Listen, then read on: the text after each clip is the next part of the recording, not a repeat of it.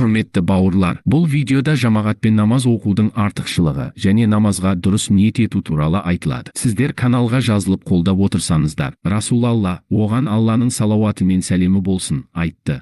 Жамағатпен оқылған намаз жалғыз оқылған 27 намазға тең. Сонымен қатар, құптан намазын жамағатпен оқыған адам түннің жартысын намазбен өткізгендей болады. Таң намазын жамағатпен оқыған адам бүкіл түнді құлшылықпен өткізгендей болады. Сондай-ақ 40 күн бірінші тәкбірден қалмай жамағатпен намаз оқыған адам үшін екі ізгілік жазылады. Бірі тозақтан құтылу, екіншісі бүліктен құтылу. Сол себебі сәләфтің бірі ифтитах тәкбіріне үлгере алмаса, 3 күн өзіне, ренжіме, басың аман болсын дейтін. Егер жамағатқа үлгере алмаса, 7 күн бойы осылай айтатын. Саид ибн Мусайяб айтады. Мешітке кірместен азан даусын естімегеніме 20 жыл болды. Бір қатар ғалымдар былай деген: адамның ешқандай себепсіз намазды жалғыз оқығаны дұрыс емес. Олай болса намазды жамағатпен оқуға мән беру керек. Имамдыққа және имамға ұюдың әдептеріне назар аудару қажет. Біріншісі, жамағат сұрамаса, имамдық жасамау. Оны қаламаса, имамдық жасамау керек. Имам болуын сұраса, қайтармау керек. Себебі имам болудың ізгілігі үлкен, азан оқудан артық. Намазға имамдық жасаған адам киімінің тазалығына мұқият болуы қажет. Жамағатты күту үшін намазды кешіктірмеу керек. Себебі намаз уақыты кірген уақытта оқудың ізгілігі одан да көп. 2 сахаба жиналса, 3 адамды күтпейтін, жаназада болса да күтпейтін. Bir күні Расулалла біраз кешіп келді. Оны жамағат күтпеді. Абдурахман ибн Ауф алда тұрған болатын. Расулалла келген кезде бір рәкат өтіп кеткен еді. Намазды бітіргеннен кейін оны күтпегендерін айтты. Расулалла айтты: дұрыс істедіңдер, әрдайым осылай жасаңдар. Намазға имамдықты Алла ризалығы үшін әрі ықыласпен жасау керек және ол үшін ешқандай ақалмау керек. Сап түзелмейінше тәкбір айтпау қажет. Тәкбірлерді жоғары дауыспен айту керек. Сауап алу үшін имамдыққа ниет жасау керек.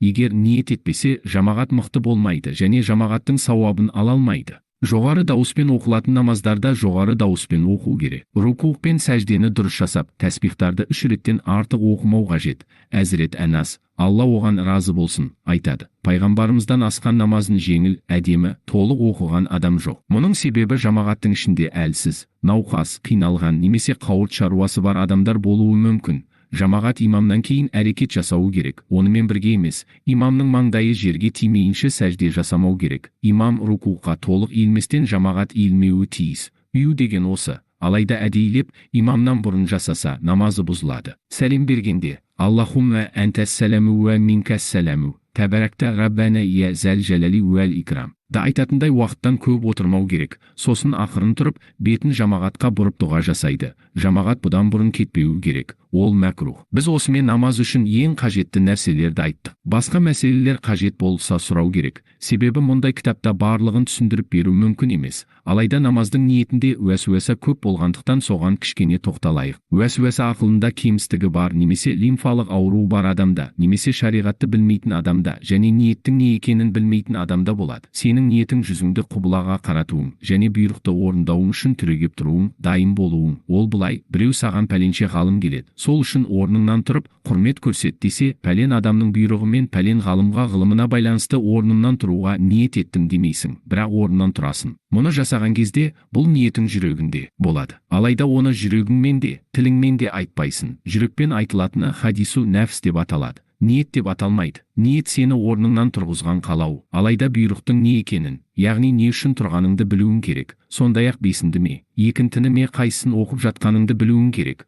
Жүрек мұны білген кезде Аллаху әкбар дейсің. Егер бұл есіңде болмаса, оны есіңе түсіресің. Парызды оқығаныңды және бесін намазы екенін бір сәтте жеке-жеке жүрекке жинаймын деп ойлама. Бірақ бір-біріне жақын болған соң біріккен сияқты болып көрінеді. Осы жеткілікті. Себебі егер бір адам саған бесін намазының парызын оқып жатсын ба десе, оған иә десең, иә деген кезіңде ниеттің мағынасы жүрегінде жинақталған түрде болады. Жеке-жеке болмайды. Олай болса өзіңнің есіңе түсіруің сол адамның саған айтқаны сияқты болуы керек. Аллаху әкбар болса, сенің иә дегенің секілді болады. Жүрегіңде тұрған нәрсе намазыңды да шатастырады. Өзіңді қинамауың керек. Осы айтқандарымызды жасасаң, намазыңның дұрыс екенін білесің. Себебі намазға ниет басқа істердегі ниет секілді. Сол себепті Расулалла және сахабалардың замандарында ешкім ниеттеріне күмәнданбайтын. Мұны білмеу надандық. Құрметті бауырлар, ақпарат ұнаса каналға жазылып, видеоларды таратып, пікір қалдырып қолдау білдірсеңіздер. Алла тағала баршаларыңызға разы болсын.